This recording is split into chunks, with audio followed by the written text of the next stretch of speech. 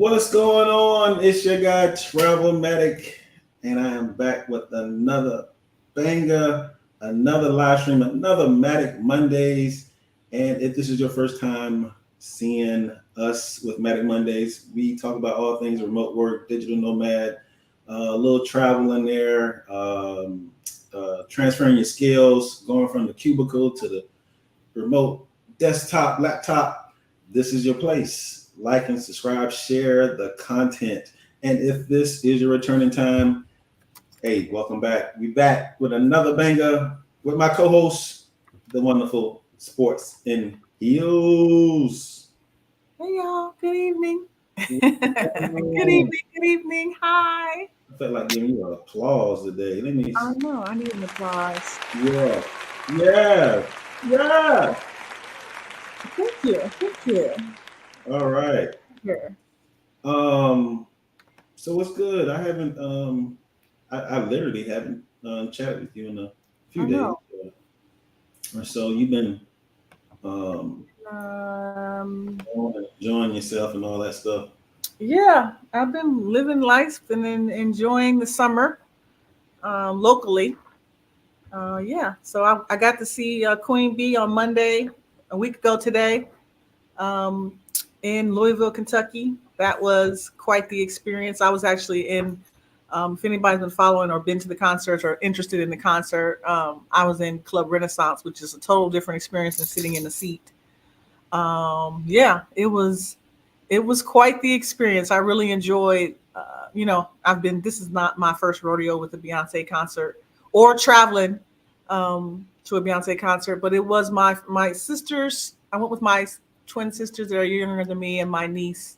Um, and this was my sister's first time seeing Beyonce, so it was cool to have that excitement with them and do a little overnight where we kind of drove down um, and spent the day hanging out and going to the concert together and then coming back. It was cool. It was a nice little getaway for the night. Okay, okay. Um, cool, cool. Myself, I've just been working like a Hebrew slave um on this new contract here. Um, yeah, so it's been a little rough on the in the contract remote world, Oh yeah, and definitely has. it gets like that. It definitely gets like that. It's peaks and valleys and everything. You know what I'm saying? So, um, but yeah, tonight we were supposed to have a guest here. I haven't found him yet, um, but um, I mean, we know a little bit about this topic too. Um, Dealing with cloud projects. Um, I mean, I've been dealing with cloud projects since probably 2019. Yeah, SAP, Hmm. um, Yeah. SAP S4 HANA, and so this the guy. I show his YouTube channel. I still show him some love. I don't know what happened. Stuff can happen. I found him through one of the travel groups, and he had like a cool little concept called Black Cloud Engineers. And I said, "Oh, that's pretty dope." Because like I was telling you that I'm kind of forming this group with Black BAs. Yeah. So I'm really like feeling that energy of um, taking your own people and helping them along the way. Because a black woman helped me out. She kind of pointed me in that direction, and Yeah. there have been other races and ethnicities that have helped me along the way. But a black woman really put me on with IT. She said, I remember it was back in 2013. She was like, "You ever been in? Have you ever uh, was it like thought about project management?" And I was like, "What is project management?" And she told me what it was, and I still was just like, you know, like, okay, well." yeah, running projects. I guess I'm thinking like you really can't make that amount of money. Yeah. Like no, and I wasn't really thinking about money. I was just thinking about run projects. And then I was like, well, how much is it going for the salary or whatever? And she was like, well, hourly you can make like 75 dollars an hour. And this was in 2013 now, right? Yeah. Yeah. So I'm like, how much for to be a manager? And then the rest was history. She pointed me in the right direction, and I always had a hard work ethic, very hard worker. Um, so for her to say, it's not difficult, but you got to apply yourself. You got to put yourself in a learning mentality because you have to learn a lot. Definitely. But it's not hard, but it's just It is. being disciplined Yeah, to you got to be work. disciplined. You have to self. And so the rest is history. And here I am now. So I like his concept with the black cloud engineers because that's a whole another realm. I mean, most people be like, I want to be a developer, I want to be an engineer. And I'll Yeah. be like, oh, I don't know.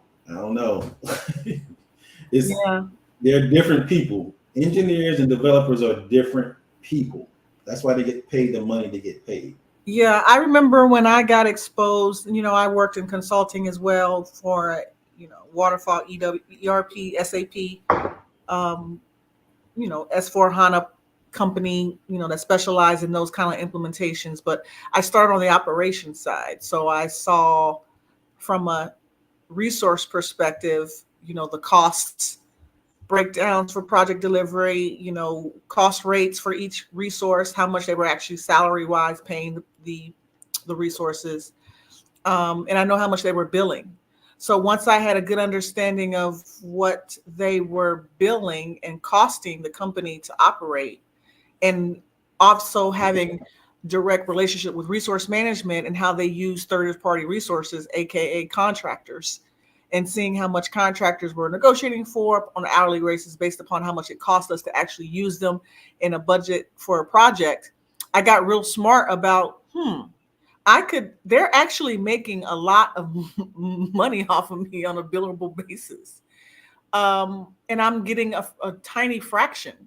But I knew that if I jumped out into the contracting world, that I would, one, be in a position to know my worth, and two, I could move a lot more frequently. Well, move to a beneficial way more frequently. In other words, I can go to companies or projects that were going to allow me an opportunity to learn something so that I could add those skills to my wheelhouse while it's still using the skills I had already obtained. Um, and so that's kind of what my mindset was. Like, I'm already kind of, and then I would get asked questions like, well, what's your track? When I would go to interview for other roles, um, it was almost listening to the feedback of others around me saying, well, this sounds like the track or path that you would be successful because you're already kind of in that PMO realm. And that pretty much put me on the track to being a project manager, program manager in the contracting world.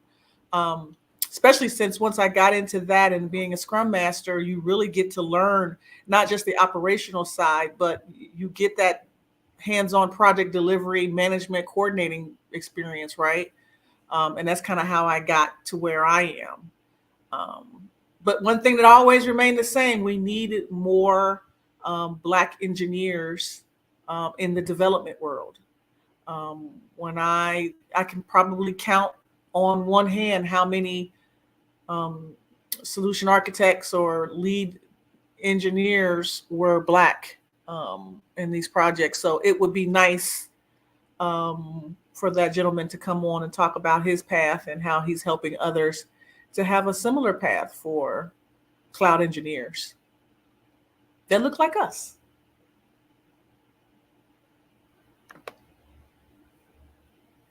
It looks like we've got a few people in our chat room.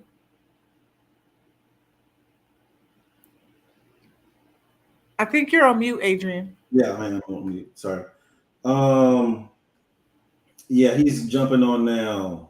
Okay, Um, cool. Awesome. let's do a little roll call here. We got Mocha. Good morning. Good Hi, morning. Mocha. I wanted to say morning, Mocha. Good afternoon, Mocha. Hi, Bella. Mocha. Mocha is one of our probably our most faithful listener. She's here before the show starts, and she's ready to get right in and ask questions. So thank you for your continued support, Mocha. Yes, and Tiffany, the other Tiffany of the group. I can always count on PMP is going to be there to show her support as well. So thank you, PMP. I know you got a busy schedule with all the things that you have going on. So I appreciate you stopping by tonight. Yes, yes, yes. And yes, Eddie Moore is myself. That's my sports talk radio alias name. So if you hear anybody say Eddie Moore, that's they talking about me. Me. So yeah, with him coming on, I wanted to maybe show something really quick to kind of put the people in the right mind, kind of give my guys some time to come on.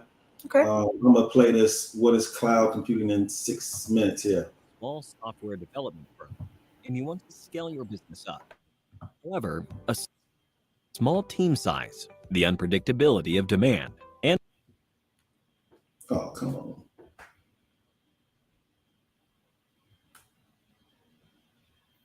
Oh, limited resources are roadblocks for this expansion.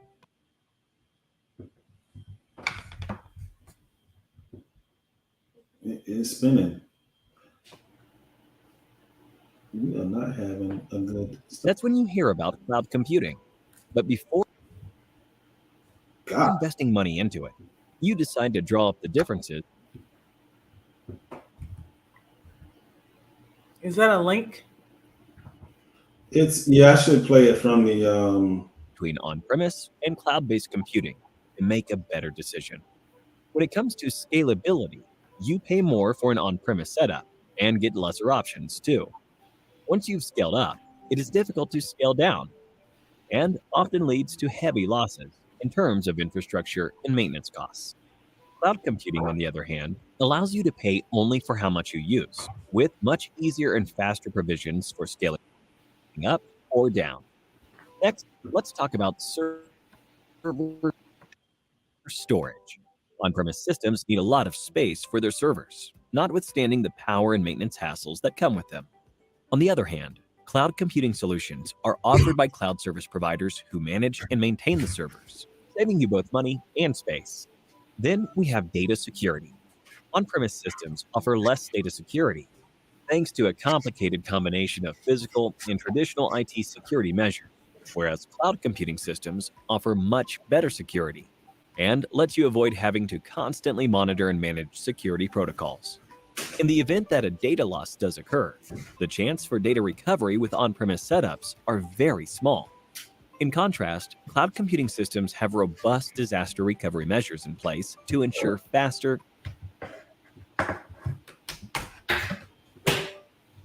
Well, let's play it again. And I see our guest has joined. Hey, you're doing my And apologies. easier data recovery. No Finally, worries. we have maintenance. On-premises systems also require additional teams for hardware and software maintenance, loading up the costs by a considerable degree. Cloud computing systems, on the other hand, are maintained by the cloud service providers, reducing your costs and resource allocation substantially. So now, thinking that cloud computing is a better option, you decide to take a closer look at what exactly cloud computing is. Cloud computing refers to the delivery of on-demand computing services over the internet on a pay-as-you-go basis. In simpler words, rather than managing files and services on a local storage device, you'll be doing the same over the internet in a cost-efficient manner. Cloud computing has two types of models: deployment model and service model. There are three types of deployment models: public, private, and hybrid cloud. Imagine you're traveling to work. You've got three options to choose from. One, you have buses, which represent public clouds. In this case, the cloud infrastructure is available to the public over the internet. These are owned by cloud service providers. Two, then you have the option of using your own car. This represents the private cloud. With the private cloud, the cloud infrastructure is exclusively operated by a single organization. This can be managed by the organization or a third party. And finally, you have the option to hail a cab.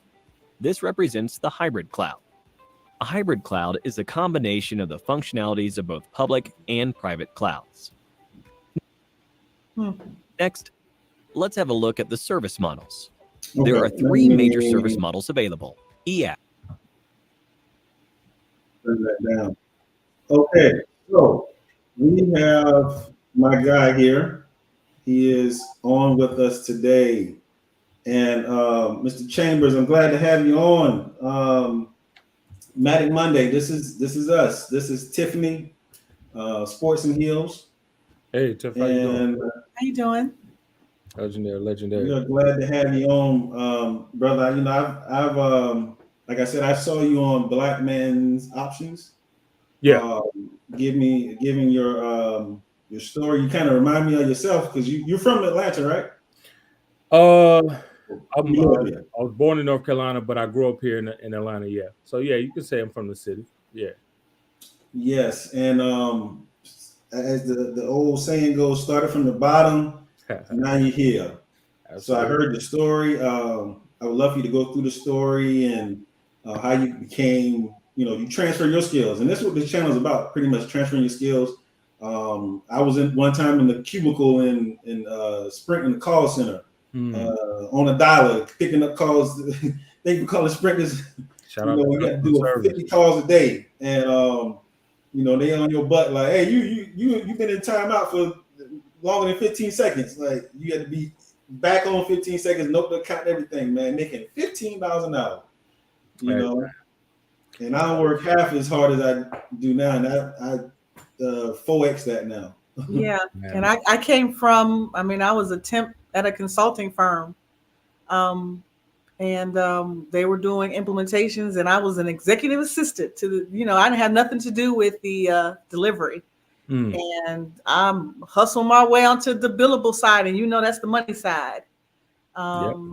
And kind of from the bottom, just saw an opportunity, saw that there were things I could learn, and I figured out how to become a non-billable resource that's on the back end that can easily be cut to somebody that's non-expendable, that you have to be an integral part of project delivery process, and become a billable resource. And once you become billable, you start to see a whole different world of how they build customers for your work, and how you're paid out. And you start getting smart and start learning that you don't have to stay on that other side. You can start to step out a little bit on the other side and negotiate based upon the services you're actually going to be providing. So I'd love to hear your story on how you got there.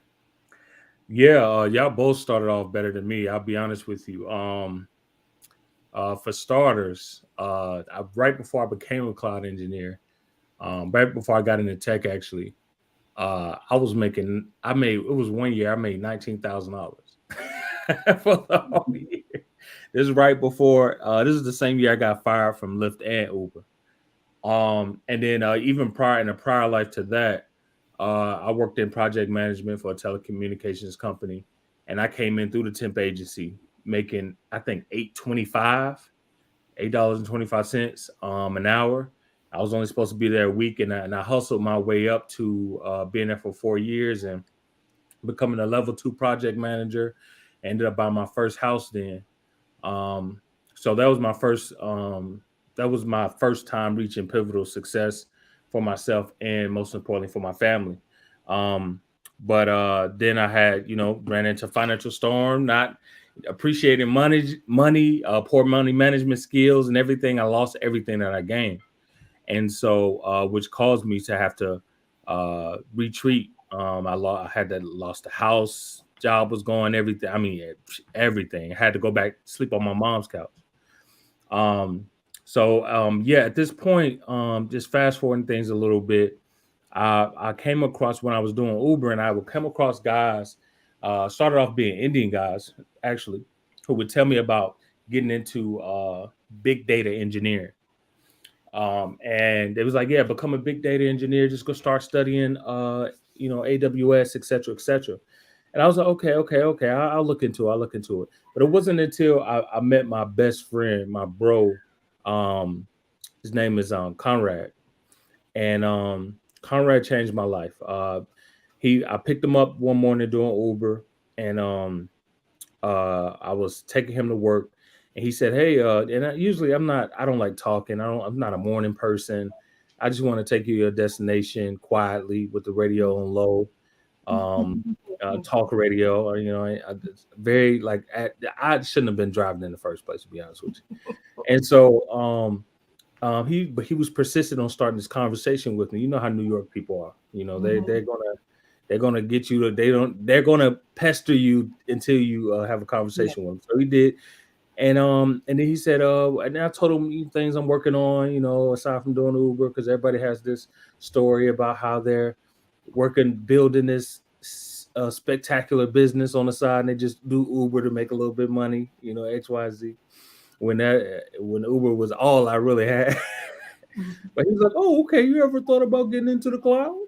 I was like, "The cloud? What are you talking about? The cloud?" Because the previous Indian engineers that I will come across talked about big data. They never mentioned AWS cloud. They just mentioned big data, big data, big data. Mm-hmm. And so he told me that, yeah, you can get AWS Solutions Arc certified. And at the time, this is like in 2000, maybe 15. He was saying that you come in with your certification and they'll pay you 84,000 a year. I was like, what? I was like, wow, you don't need a degree, anything. This is funny because most people who curious about cloud engineering come to me with the same thing. I was like, no degree, nothing. She's like, no. I was like, oh man. So I looked into it. Long story short, he pointed me to Linux Academy. Linux Academy was like one of the only online platforms that had any kind of remote AWS training at the time. Hmm. And it was $32 a month. This is Linux Academy before they became Cloud Academy. But it was $32 a month. I didn't have $32, but I was always one of those persons who made things happen. So I bartered with Conrad. I said, "Hey, I'll take you anywhere you want to go for a month, um, in exchange for your Linux Academy membership," because he had one through his job. And he said, "All right, deal." Didn't know that was going to change my life. Wow. Um, now two things developed out of that. One, I got on the real journey of track of becoming a cloud engineer, and two, I found out that my boy Rad was a strip club veteran. I would take him to the club 4 nights a week, and it was crazy. So those two habits came out of that. And but yeah, it all boiled down to me 1 year. I procrastinated for about a year and a half with it. Like most people, I didn't know anybody. Conrad, even, he wasn't in the cloud. He worked in the data center at the time. And I didn't know anybody in the cloud, and especially anybody black. And in any resource that I did this so early, so long ago, in the only available resources online as far as support groups were like all foreign based groups that were talking about AWS.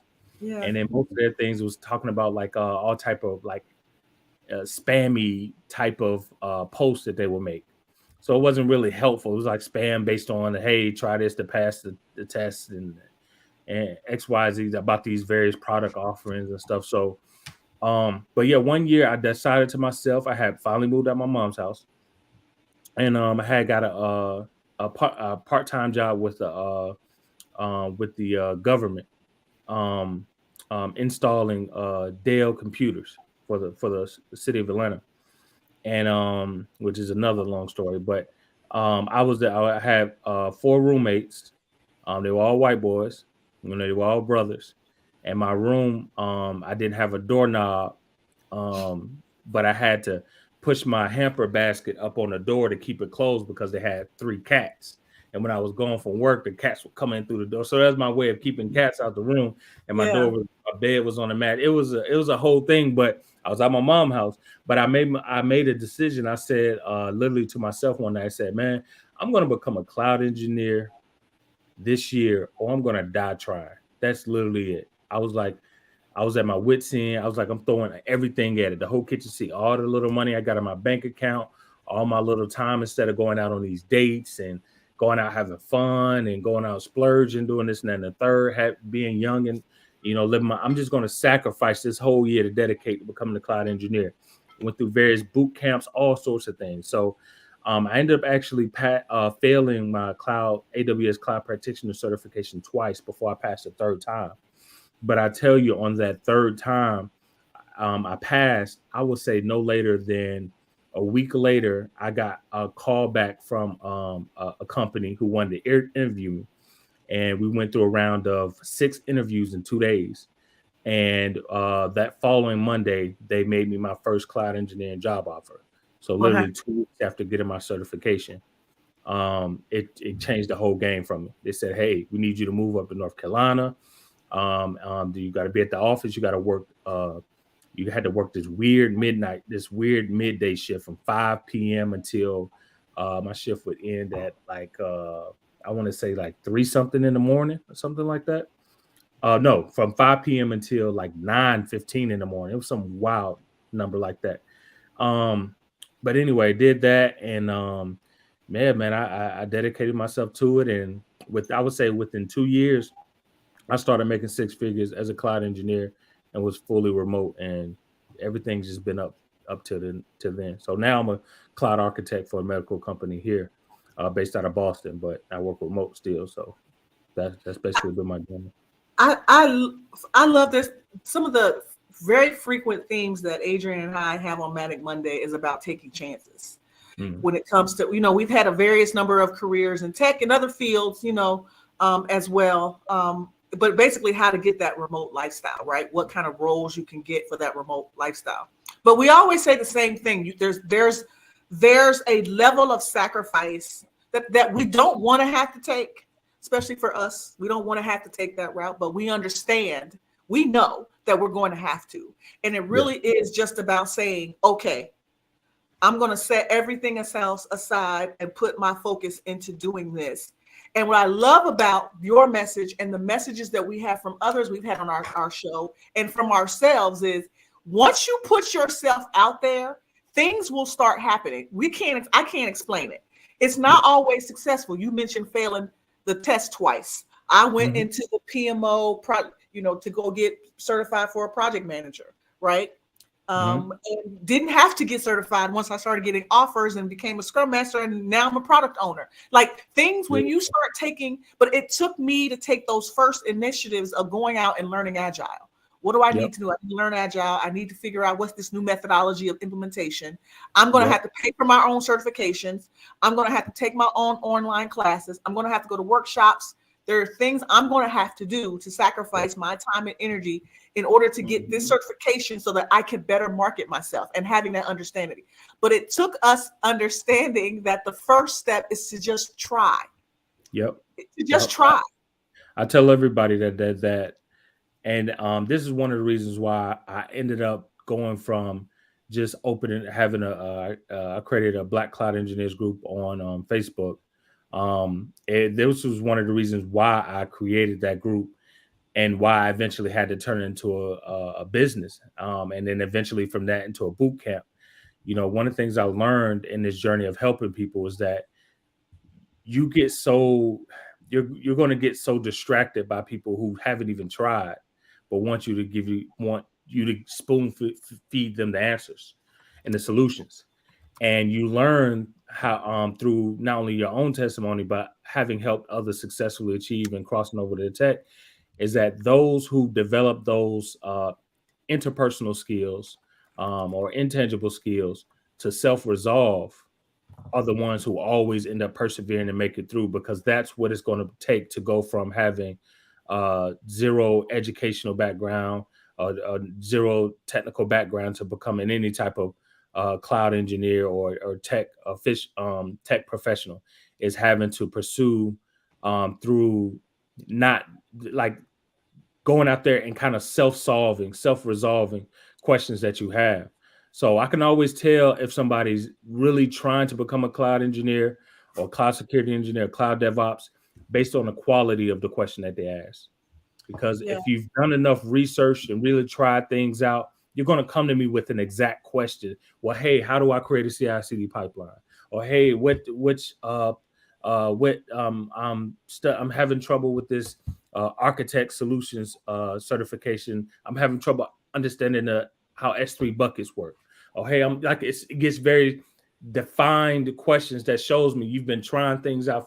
You're just at a wall, and I'll help you through that wall. But if you come to me and say, "Hey, how do I become a cloud engineer?" or "Hey, what's the best certification to take?" These generic answers you could have easily Googled. I know that 9 times out of 10, it's going to be a waste of my time and your time, because you have to prove to yourself that you're dedicated to this process of crossing over into a tech professional. So Yeah, you and it bring is you a bring up process. a good segue in a question I have, because I get the same thing, and I've told Tiffany a couple times that there, especially like in this the social media life, you know, uh, if you're African American studies and be a product manager, African American studies or criminal justice career and become a DevOps specialist, you know. So they come, hey, I know you're in the IT problematic, man. Hey, I want to be a database administrator, man. I'm like, you want to be a DBA? No, actually, do say I want to be a DBA, and I said, you mean as in database administrator? right. He said, Haven't yeah, ran yeah. any kind of SQL command or anything. Don't know what a select all is. Yeah, and that's the thing. That people want to come in but they look at cloud because we're wavy and we're making all this. It's a lucrative career, has many perks and benefits, and they say, I want to be a solutions architect. I'm like, that's a senior level position. Yeah, Like but that's where I'm going. This social media makes it seem like take a boot camp and you in there. Well, what happens is it becomes glamorized as something that can happen quickly. I remember, Adrian, you and I have had several talks about tech influencers is what I call them. They're influencers. And they're here to sell you on the work in tech. And I believe there's a reason for that. I'm not a conspiracy theorist, but I believe tech is going to be the new warehouse job. You remember how everybody back in the day, if they didn't go to college, because now some of these roles you don't need a degree, right? You just need to have the skill set necessary, right?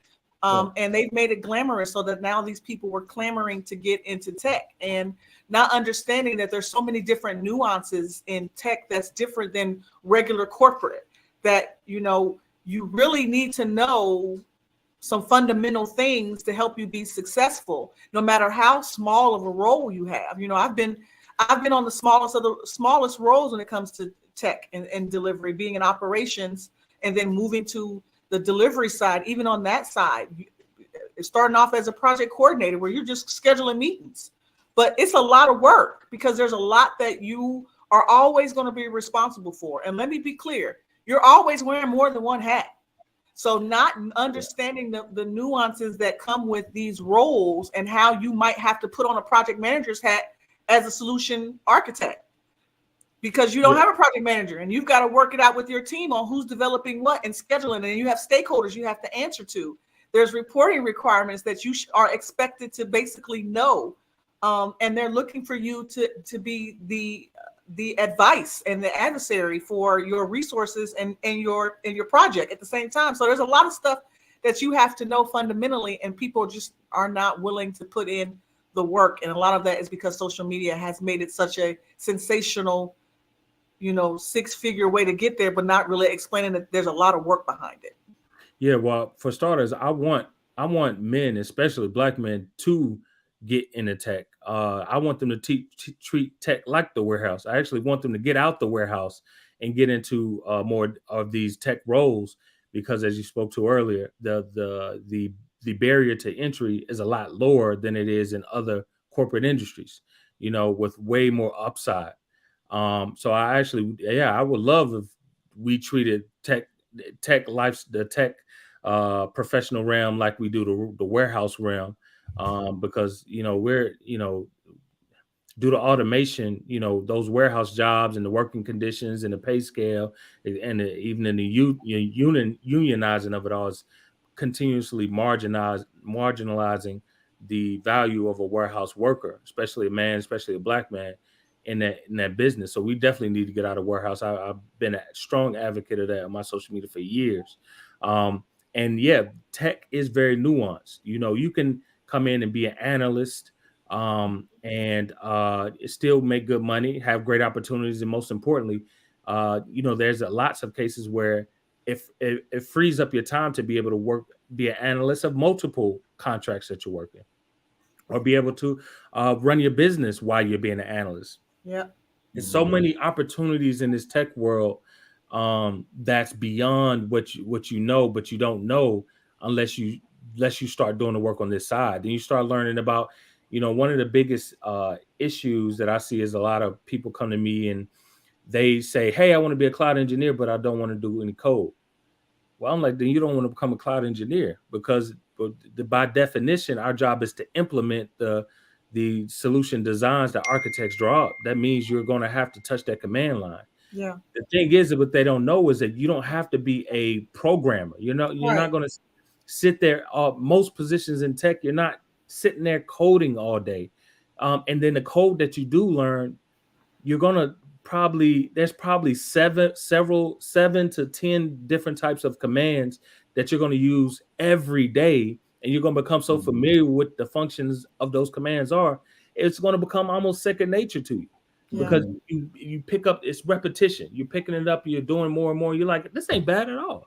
I wish I could have, but all this is due to fear. I was watching a DevOps, a group of Indians talk about DevOps, get breaking into DevOps over the weekend while I was studying, and they were just saying the number one thing that I find in our community, that I do a lot of work in, is that it's just fear. It's the fear of the unknown, and it's the fear of them thinking that they're going to be what's that word when you fear of, it's a symptom of uh Missing out, FMO, fear of missing out. not Or, missing out, but you feel like you're not good enough, like they're gonna find out that you're a fraud. or imposter syndrome. Imposter syndrome. Imposter syndrome. Yes, a lot of imposter syndrome going on. And I'm like, dude, here's what, and I always teach my students this. What's gonna pee you off is that you're gonna eventually get into a cloud role, because I primarily teach how to get in the cloud, but any tech role, you're gonna get into a role in tech, and you're gonna find out that you are more technically inclined than your supervisor. Man. That's really going to tick you off. You're gonna be like, man, I've been downplaying myself this entire time. Yeah. I think a lot of it has to do with some of it is the unknown. But I think some of it is we have been through these microaggressions where we already are behind the 8 ball on what we are able to accomplish. So we already know we have to go above and beyond to prove that we understand the work, and let alone can do the work. And I think a lot of people still hold on to previous experiences of being told that they weren't performing to a level that they thought they were, or whatever. But I want to encourage people to understand that you don't have to be an imposter anymore. That's the great thing about when you start taking on these kind of roles, you get to be yourself. I interview as myself. I don't put on a voice or a facade on who I am. I give them exactly who I am, and allow them to make, because it's not just them making a decision to employ you. It's also you making a decision if you want to work with them also. So that's the other benefit, is you get to make the decision where you work a lot of times. Now, it's not always going to be that way. Sometimes you got to take what you get, baby. This ain't where I want to be at, but it's going to pay the bills until I get to my next. Especially if you get laid off. Especially if you get laid off. So you always looking for a better opportunity, but at least it gives you that negotiating power, which immediately will step up your self-esteem, because you'll know what you're talking about. Not only will you know what you're talking about, but you'll be able to demonstrate that, and you get to use your voice to do that. And they'll accept you or they not, and you got to be okay with that.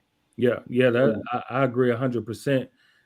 It's one of those things where this is the new gold rush, getting into tech. A lot of the fortunate part of our industry is that there's no standardization yet. Like, there's no standardization in the naming conventions of the role. There's no union, no tech union at the moment. Yep. So that it's Wild Wild West. It's open to the best man or woman out there who's willing to put themselves in a competitive advantage to be able to get the roles that they want. Or build the relationships that you want. This is, you talked about somebody building a relationship with you just on taking a chance on you, Right. asking you about the field. But you know, I want to go back to, Right. because I don't want to miss this point, because you actually ran into the same thing that I have been running into. I'm not on your scale. Like, we got your Facebook up. You got 1,800 followers in your Yeah. Facebook Yeah. group. Yeah. Salute to you, brother. That is major. Yeah. And with the time to do that, like, I have always been wanting to do that, but I just haven't found the time to it. And I'm gonna get to that point because I feel Mhm. like I have a lot to give back. So I have my little 3 or 4 that I mentor right now. Good. Good. And Good. the one thing, and I'm a BA, Scrum Master, hybrid or whatever. Cool. The one thing that you hit home on, it's not really the imposter syndrome. It's a little deeper than that. It's more of worthiness that I talk about all the time on this live stream. Sometimes as we as Black people, we don't feel worthy enough. We Yeah. don't feel worthy enough to lead these teams, to get the amount of money that we've never seen before, Yeah. to get the recognition from VPs and directors because you did a great job. We've never have gotten that before, and that can be scary. And I didn't realize how scary that can be for Yeah. some people. I thought me trying to tell them how to do agile or how to create user stories and what is a user. I thought that would be my biggest hurdle. But it's just I find myself being more of a therapist sometimes than a mentor. Like, I work for a company right now. I'm contracting for the federal government. I'm working with a top four consulting company around the world right now. And it's the type of white boys that I see that come in there, that I'm like, how in the hell did you get in here? Like, the amount of information that I'm supposed to be here. Yeah. But if someone's here, I'm like, we need you to no, this is the big leagues. Why y'all bringing people here with no experience?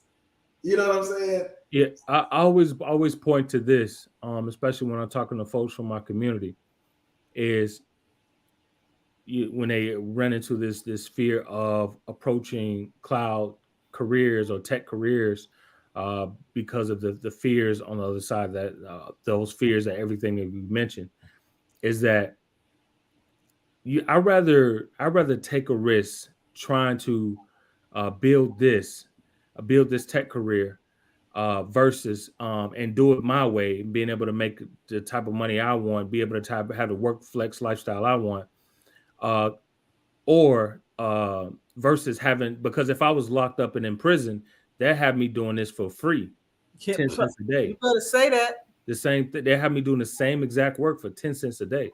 So Mm-hmm. it's like you got to choose your heart. There's nothing in life that's going to grant you complete reward without some type of sacrifice or contribution.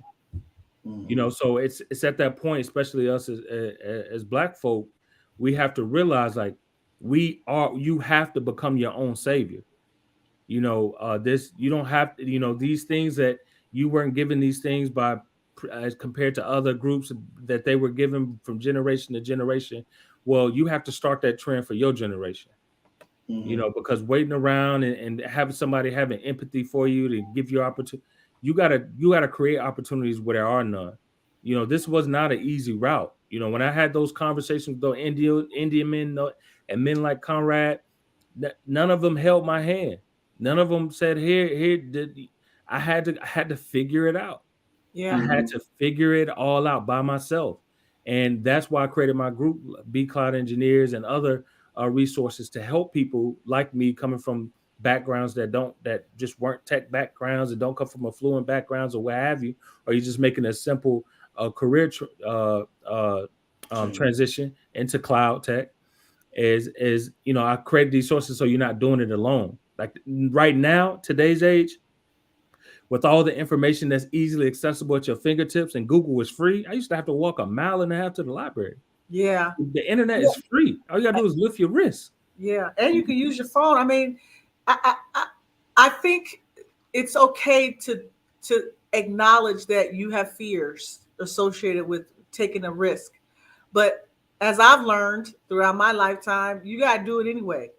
Yeah, you're gonna get on the call with some of these people from around, and that's one thing that woke up my perspective is that when I got on these calls and I started working with clients and customers from China, from India, from Singapore, like some of the and they're not from the capital, they're from like the outskirts, the rural areas, and they tell me Mhm. about their journey and how hard it was for them, and you see even the scrutiny that they get from other peers because of the language barrier and things like that, and they persevere through either anyway. Like Yeah. there's nobody in their whole village or tribe who knows Like them. anything about Yeah. at Yeah. all that's doing what they're doing. They're Yeah. they're they're literally leading a small country in what they're doing. And Mhm. we sit here as Americans and we talk about all these things and barriers that are holding. The main barrier that's holding you back is always going to be that person in the mirror. At the end of the day, it's always going to be you because you're going to face objection everywhere you go for various reasons you can and can't control. But the thing that you always can control is you deciding to move forward regardless. Yeah. And I think it's wonderful that you, like yourself and Adrian, has started to do that. And even this platform, those who have platforms who are actively talking about different types of careers and different types of roles and how to get them and how to get more people who look like us in various fields, not just in tech, but in various fields. I think it's important that we have these kind of shows where because a lot of times, I'm gonna be honest with you, a lot of times people don't know what that means. Tech is also one of those fields that has a lot of nuances, but that gets painted with that same brush of tech. Mhm. You ask somebody what you work in tech, there's 100 million responses that can come out of that, right? But Um, grandma still wants you to come get this password off her computer. yeah, Right? you become everybody's tech support for their cell phones, their Yep. computers. I don't know how this document won't download. Yes, Yep. so there's a painted brush, but it's up to us who are exposed because of our experience to different areas that we have important shows like this so we can bring another idea, another option, another way that you can actually make your dreams come true, which for me is all this is what this is all about. This ain't about you working so you can work and be a productive member of society. I don't care if you Mhm. want to do that. This is about you having the opportunity to make your dreams or your children's dreams or your family's dreams or your legacy's dreams come true in this world that forces you to work. Okay? You got to work. Yeah, So this is a way in which you can be more of what you were created to be. yeah, I agree 100%. At the end of the day, like, look, I come from the bottom of the bottom. I have a GED. I don't have a glamorous background by any means. But at the end of the day, what I've learned is that there's 1,000 me's out there of different groups of different genders, and they continue to show me that it's possible if you just accept that it's always you that's in the way of you, and Mhm. you got to understand, like, I don't want to also at the same time put the burden, because we do make that mistake in our community as well, of putting the burden of those who've exceeded, uh put the burden of carrying the whole community on their shoulders, when those persons, men or women, have families of their own, goals and aspirations of their own as well. And if they're trying to carry the burden of helping everybody get through the door, we're tarnishing what inspired them to be the ones that broke through in the first place. And we have to nurture those who have excelled as well, that their dreams, their matters, their family, those things matter too. And we have to Mhm. respect that. So that means that they're not going to always have time to have an inbox or DM conversation with us. That Yeah. doesn't make them a gatekeeper. They're not going to always have time to sit on the phone with us. Like, you have to. They went There's and got to did be some these things. initiative, some self initiative You involved in have the to. process. That's what it's Mhm. always going to take, is self initiative. All Yeah. When you're sitting on a job and you have your whether you're contractor or you're fully employed or both, the employer is not going to be, especially in tech, they're not trying to look over your shoulder every hour by the hour. They need to Right. trust you as a professional to be out there getting work and getting it done. Right, You know, right. if you don't want to be a professional, if you don't want to level up with the interpersonal skills as well as the technical skills, then yeah, just don't work. Go collect checks doing something else a lot more simpler, you know, a lot less lucrative, a lot less flexible, and be cool with that. But don't demonize or don't try to tear down those who've made it, because trust me, they are helping way more people than you realize, you know, and Mhm. Yeah. they are extended to beyond their breaking point, you know, so Right. you have to give them Um, credit as well.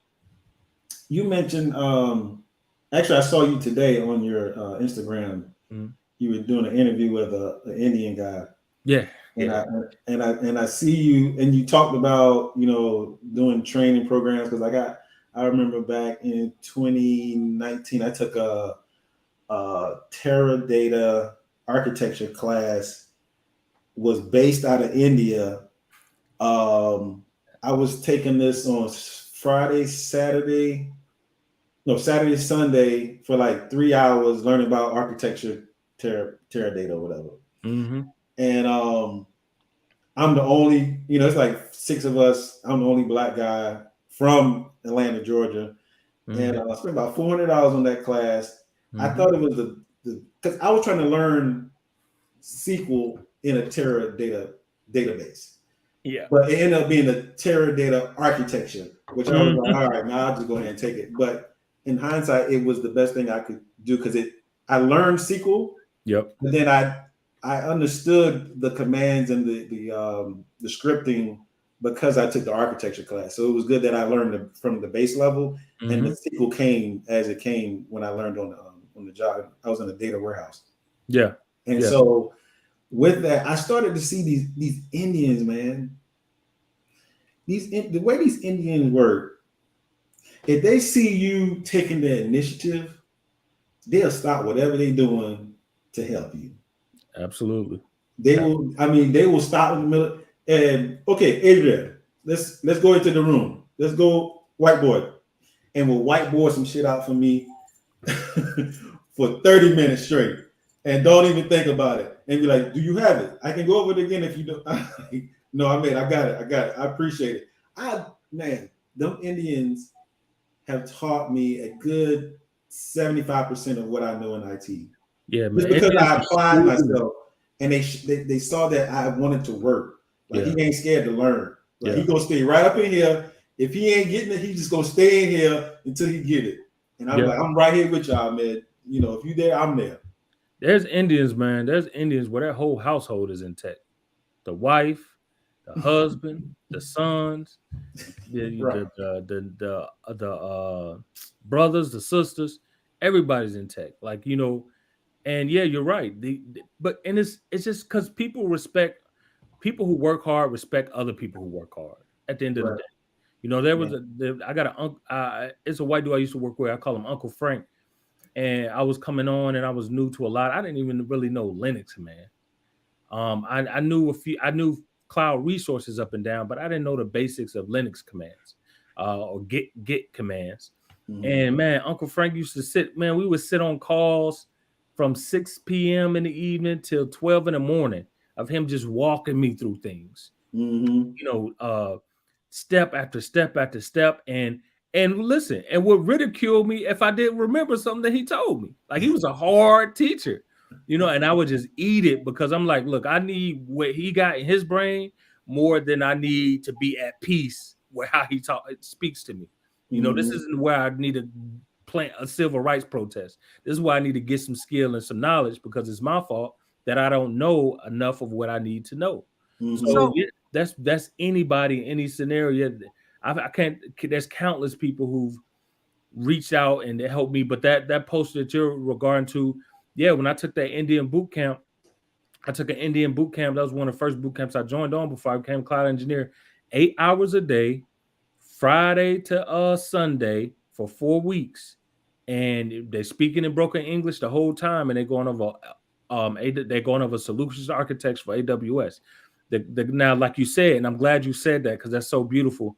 I want most people to know that when you're taking any type of training, even if you're not getting the exact result of what you came for the training for, there's still jewels and things you can pick up from it that you can utilize later on down the road. So never discount an experience for being a total waste.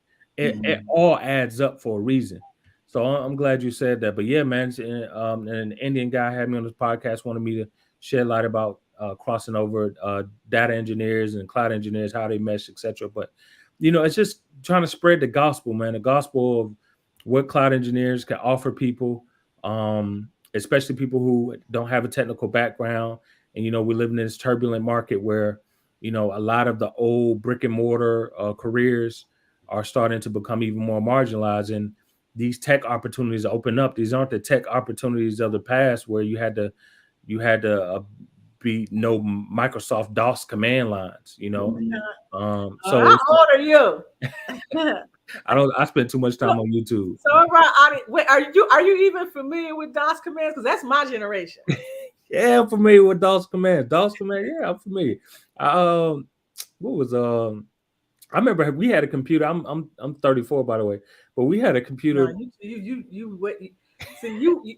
you only heard about this. Right, I right, lived right, it. right, right, Okay, right. I took computer information systems 101 in 1994. Woo. That consisted of going into a DOS prompt and typing all these prompts.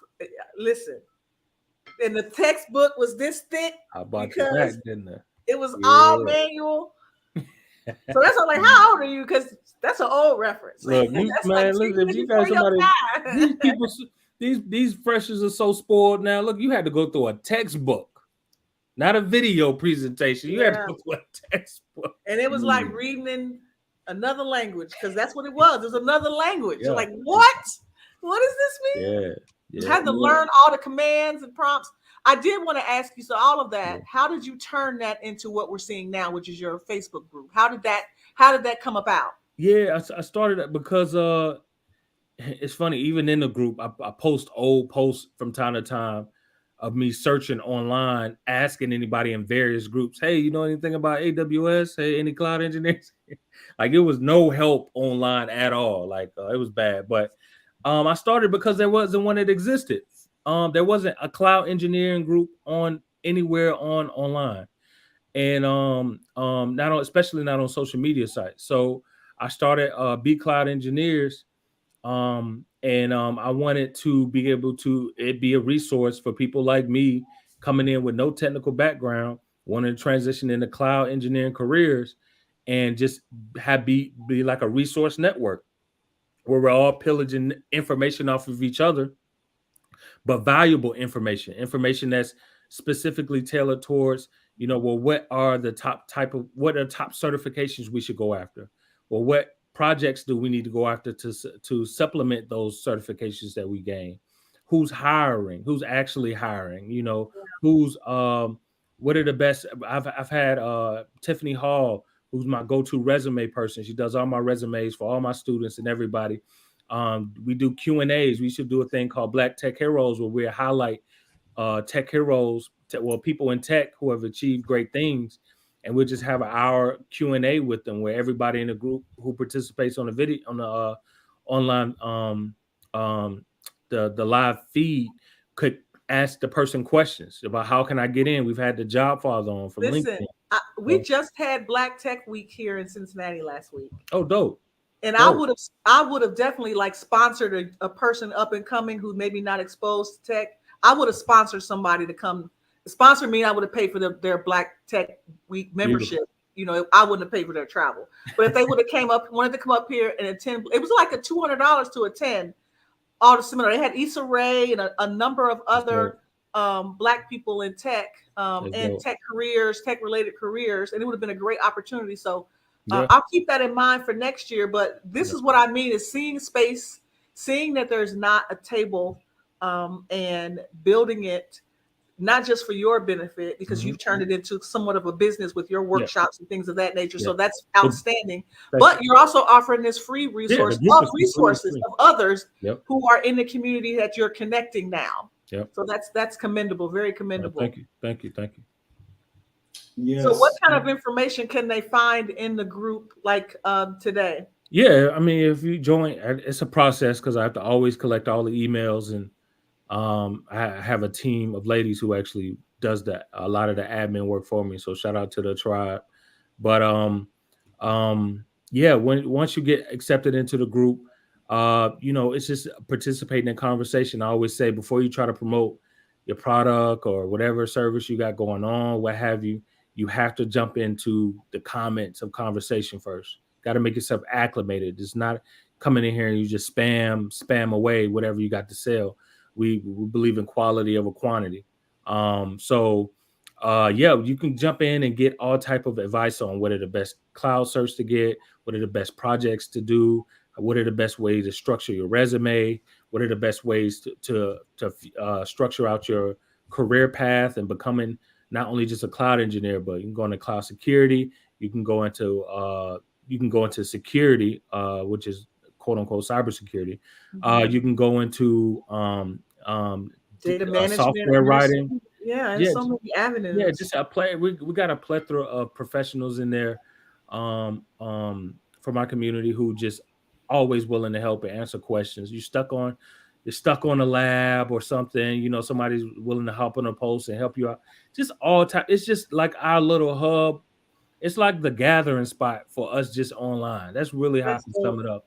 That's For dope. those Right. who want to get in tech. So we can me and Tiff get the VIP treatment access now? Like, I mean, I tell you, yeah, I tell you what, if you send me your Facebook names on our WhatsApp message, I'll look through the requests and I'll make sure I approve those today for y'all if y'all join. I appreciate that. Yeah. appreciate that, man. I want to see what's going on, and I ain't gonna spam. I just want to be a fly on the wall, man. Yeah, yeah, no doubt. There All might be right. some Be a So information fly for good. on me the too. wall. So good.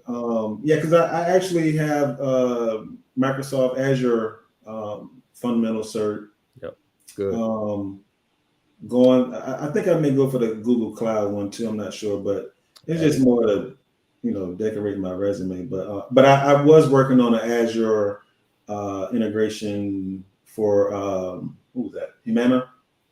So that's sounds what kind familiar. of pushed me to get that. Yeah, that's Yeah, great. Yeah, that Azure fundamental cert, that's the cert that sent me to Germany. So that's man, Azure is hot, man. It's been hot for at least 3 years. So and and I've I got always say, Azure. I got DevOps Azure oh, dope. administrator access. I mean, I've been an administrator. I've built reports in DevOps. I've anything from service. I mean, I've been using DevOps for a while. Pretty much at every agile project, we've used DevOps in one way or another. So I've Man, become an DevOps people expert stay employed. DevOps people stay in demand. in that. Stay in demand. DevOps get man, yeah. If you get your first DevOps role, yeah, you good money from there. And then especially you got your Azure DevOps. If I was I, Azure with DevOps, game over. Let me ask you a question. Hmm. Um, what do you see as the impact of AI services like Hmm. Jack GPT? You guys will GPT. relate. Yeah. Yeah, Chat GPT and other AI softwares are kind of coming out and are able to help. Um, do you feel like it's a threat anywhere to cloud engineering, or can you see how it could be helpful in cloud engineering? Like, what are your thoughts on this AI technology when it comes to cloud engineering? Yeah, it's funny I brought that up on the podcast yesterday with the Indian guy, but it's we us as the engineers we try to use those AI like Google Bard or Chat GPT for it, what have you.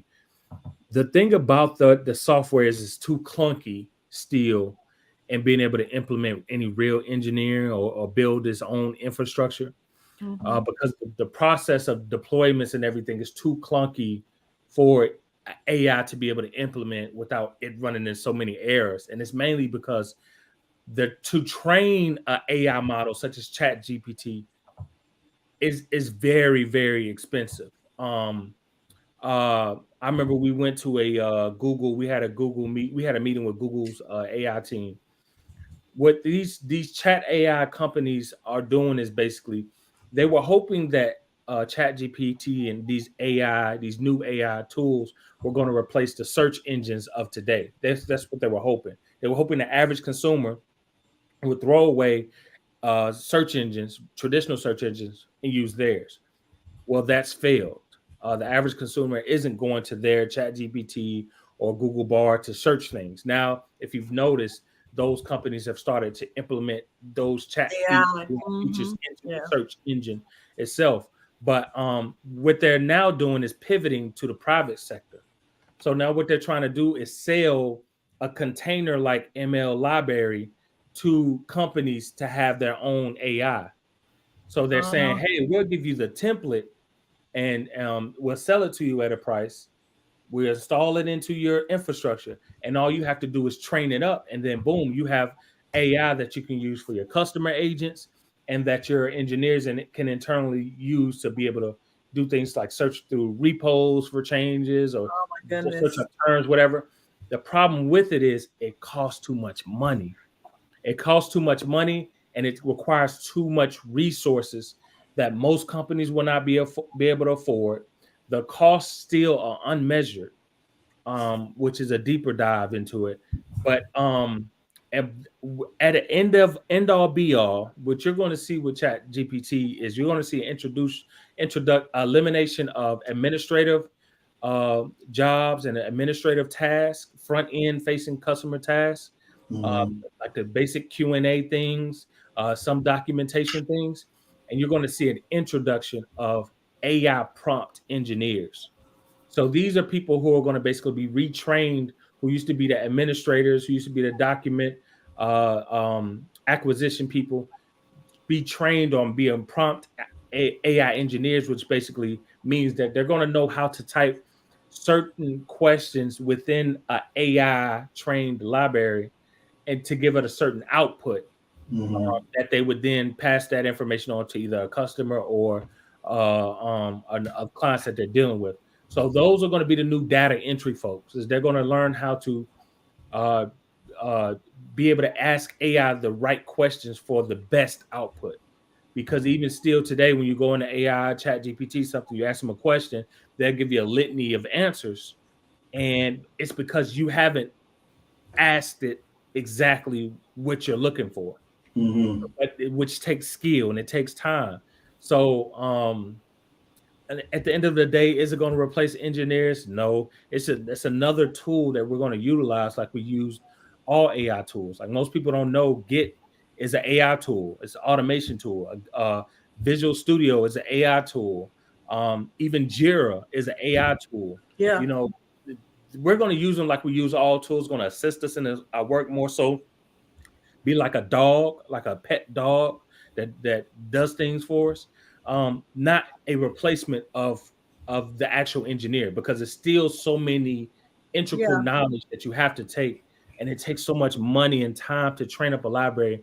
Most companies aren't going to be able to afford those resources, let Mm-hmm. alone have engineers who can build libraries Yeah. available. Like we have a cloud engineer shortage right now.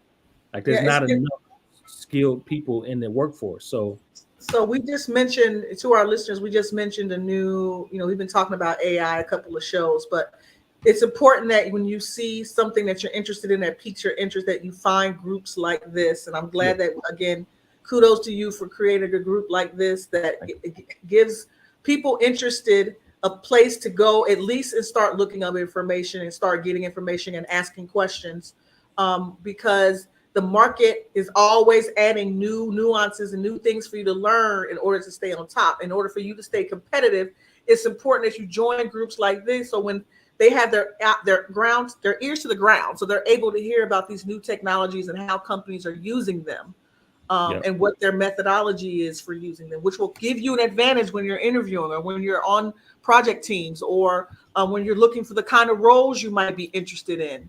It's important to understand, like, ooh, that sounds like AI, sounds like something that I'd be interested in. I want to go into that. Does anybody in this group have any information? So yeah. it's important that you And don't guys get caught up on trying to always be on the edge, because you got to keep in mind, not most companies, when I say most, like 99% of companies aren't Facebook, Twitter, Nvidia, they aren't these big four consulting companies. They aren't these guys. Like there's a few of those. They can afford to be on the leading edge. But most companies, and you all, I don't know if you all have done government work, but being in the government sector, we know they're always dead last in innovation. So you're not gonna see any real change in the market until like maybe 8-10 years from now. Yeah. When it comes into the of how the dust settles of where we place AI in a grand scheme of things. So Yeah. yeah, just stay focused on your past, whatever you're doing, your path, whatever you're doing right now, and see it through to completion. Because like Yeah. you all said, and we've all mentioned, once you get in the door and you actually get to see how things work hands on, you're going to see that the hardest that you've ever worked in your life was getting the hardest you're going to work in your tech career is getting into tech. But once Yeah. you're on the other Once Mhm. you side, get in there, yeah. Once you get yeah, in there, you relax, you start to see, and you rely on your strengths. yep, And once you rely on your strength, you're able to see where your weaknesses are. You can slowly begin to find ways to get through that, like with Facebook groups like this, taking mhm. additional workshops, going on YouTube University. I'm a big proponent of YouTube University, Udemy. I'm a Learning graduate. You about, hear me? yeah, right. Learning about different ways that they use those technologies, or so that if you hear a word or a sentence in a meeting that you don't quite understand, you Yeah, could pull somebody to the side and say, "Hey, we were talking about A, B, C, and D, and I'm trying to make a connection. Can you help me?" yeah, Your colleagues will help you because they want to see you.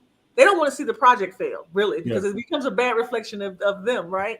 So absolutely. you can reach out to the tech community and those in the community to get answers that you need, but you got to be willing to take some first steps. You got to be Yep, willing to learn the fundamentals. You got to be willing to network and meet other people who look like you in the same fields. And if you don't see a table for yourself, do as our friend Mr. Chambers has done and build your own, where there you you start go. collecting questions and going to other groups and pulling out Mhm. questions and Mhm. answering and posting it as your daily post. Yeah, Pull their notes and download it to PDF and post it in your group yeah, as notes for, for whatever. You go to a workshop, take notes, post those notes for that workshop you took, post the link to that workshop you took. So there are ways you can build your own community um, effortlessly, right? It's a little bit of effort. yeah.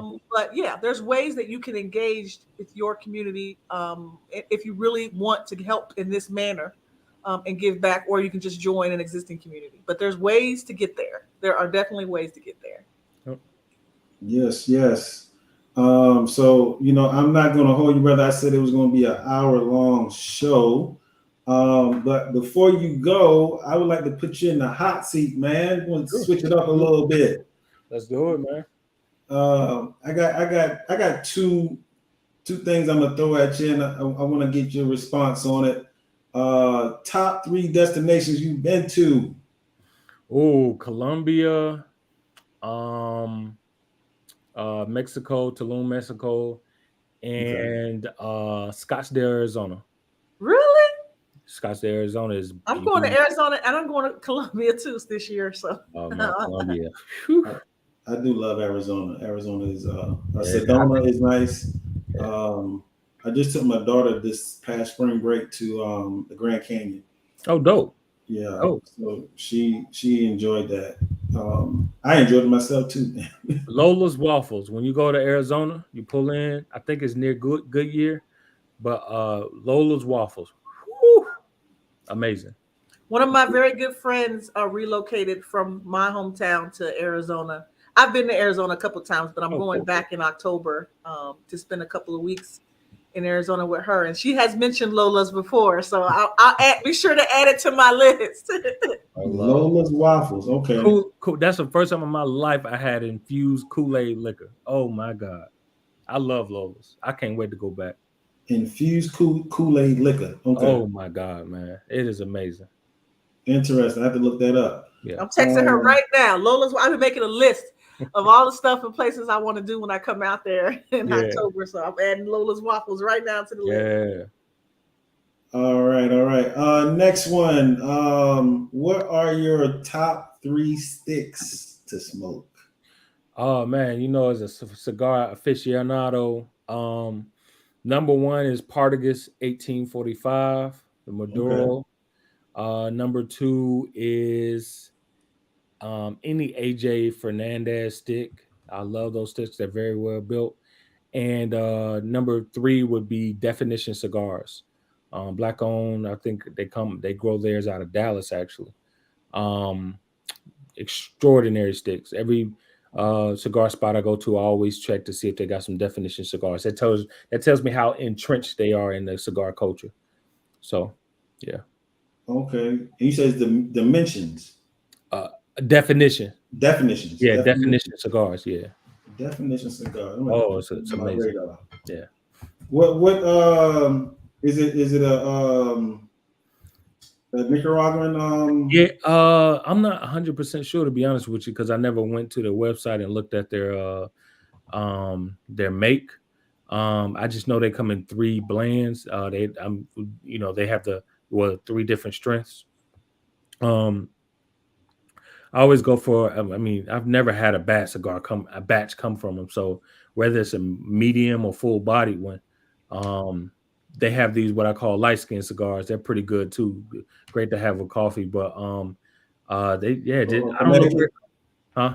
a Connecticut or something like that? Yeah, it might be. It might be a Connecticut. But again, they grow them out of Dallas, so I don't know how they're sourcing what they put in their cigars. Mm-hmm. But man, those cigars are always smooth, always have a great pull, and man, the durability of them, um, they last pretty long, like at least 2 hours, and they always they have this funny little binder on it that's almost looks like a barrette, of some sort of hair barrette, but it sticks so well to your finger, like you don't slip at all, but it's also not it's very well ventilated where it's not condensing heat, moisture build up in your fingertips of the cigar. And I'm going too deep with it, but it's just You got you. I was highly surprised at how very well built their cigars are, and they're consistent. But definition cigars, yeah.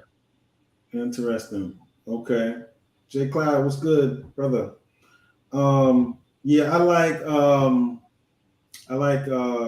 Partagas. I like Cohiba, of course.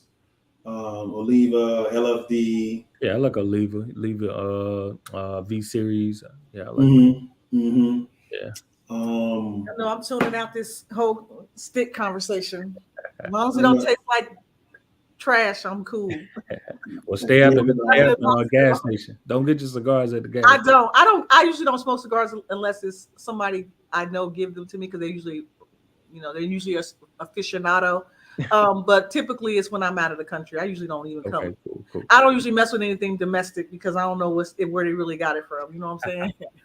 Yeah, I had some great cigars in Colombia. I think they put some little extra in mine to make it so potent, but I had one of the best cohibas in Colombia. But yeah, okay. I don't know what I had in Cuba, but I know they put honey on the bottom on the tip that goes in your mouth. They have this all natural honey they put on the cigars and and the cap of it. And then you have their dark rum. It is That sounds together. like a good time. Incredible. Sounds like a good time. I love me some dark rum. Yeah. Tiffany, you got a question for our guy before he goes? Where can we find you on social media, man? I mean, I know you got the Facebook group, but where else can we find you? You can find me on TikTok, Cloud Tech Big Unk. D'Amico's Chambers on Facebook and YouTube, Be Cloud Engineers. Anywhere you type in cloud engineers, especially Black cloud engineers, I should pop up online somewhere. Good. So yeah, that's basically how you can find me. Or you just go to the website, becloudengineers.com. So yeah. And then my last question is where can what's your next travel destination? Well, me and the wife are going to New York. It's gonna be my second time in New York. I thought New York was trash the first time I went. Plus, she kind of grew up in New York, so I kind of messed with her on that. But New York for Thanksgiving, and we're probably going to do Greece sometime next year for our honeymoon. So Awesome! Congratulations. no, thank you. Yes. Congrats. I didn't know you was married. But, Yeah, don't tell her I didn't try to raise my hand too much. I left my ring in the bedroom, but yeah, man. That's cool, brother. Yeah, well, again, appreciate you coming on. I've been, wanting to get on for a minute to talk about your platform. Definitely check all his platforms out.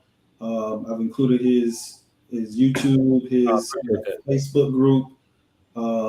We definitely need this Black Cloud Engineers YouTube channel to be popping, man. So Appreciate it, man. support. And Tiffany, what you got last? I just want y'all to live y'all best life. You know, I want you to find a way to create the lives that you want for yourself. It's a lot expected in this rat race, and we might as well, you know, in this short time that we have on this earth, try to find space and time to do the things that we enjoy. And this is an avenue. So take a chance. I know it's hard. Everybody's telling you the economy is bad, and there's so many a list of reasons why you shouldn't do it.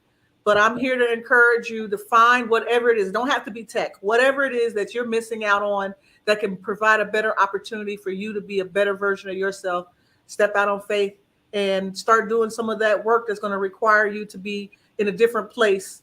It took our Mr. Chambers 1 year to change his life. It took him one conversation, one uncomfortable conversation in a time when he didn't want to have a conversation. It took Adrian listening to a woman who said, "Have you ever thought about this?" So those conversations that you are running into, that you're having with people that are giving you ideas on how to make your life better, start taking some chances and create the life that you want for yourself. And please always check with us every other Monday on Matic Mondays to find out how we're finding out ways that you can do that for yourself. Yes, and that's it, man. Know that you're worthy. Let go of that fear, man. We're examples. We're examples of it. We did it, man. You know what I'm saying? We still doing it. But yeah, my guy's gone, so we going too. And I'll see you, Tiff. Good night, y'all. All right. We gone.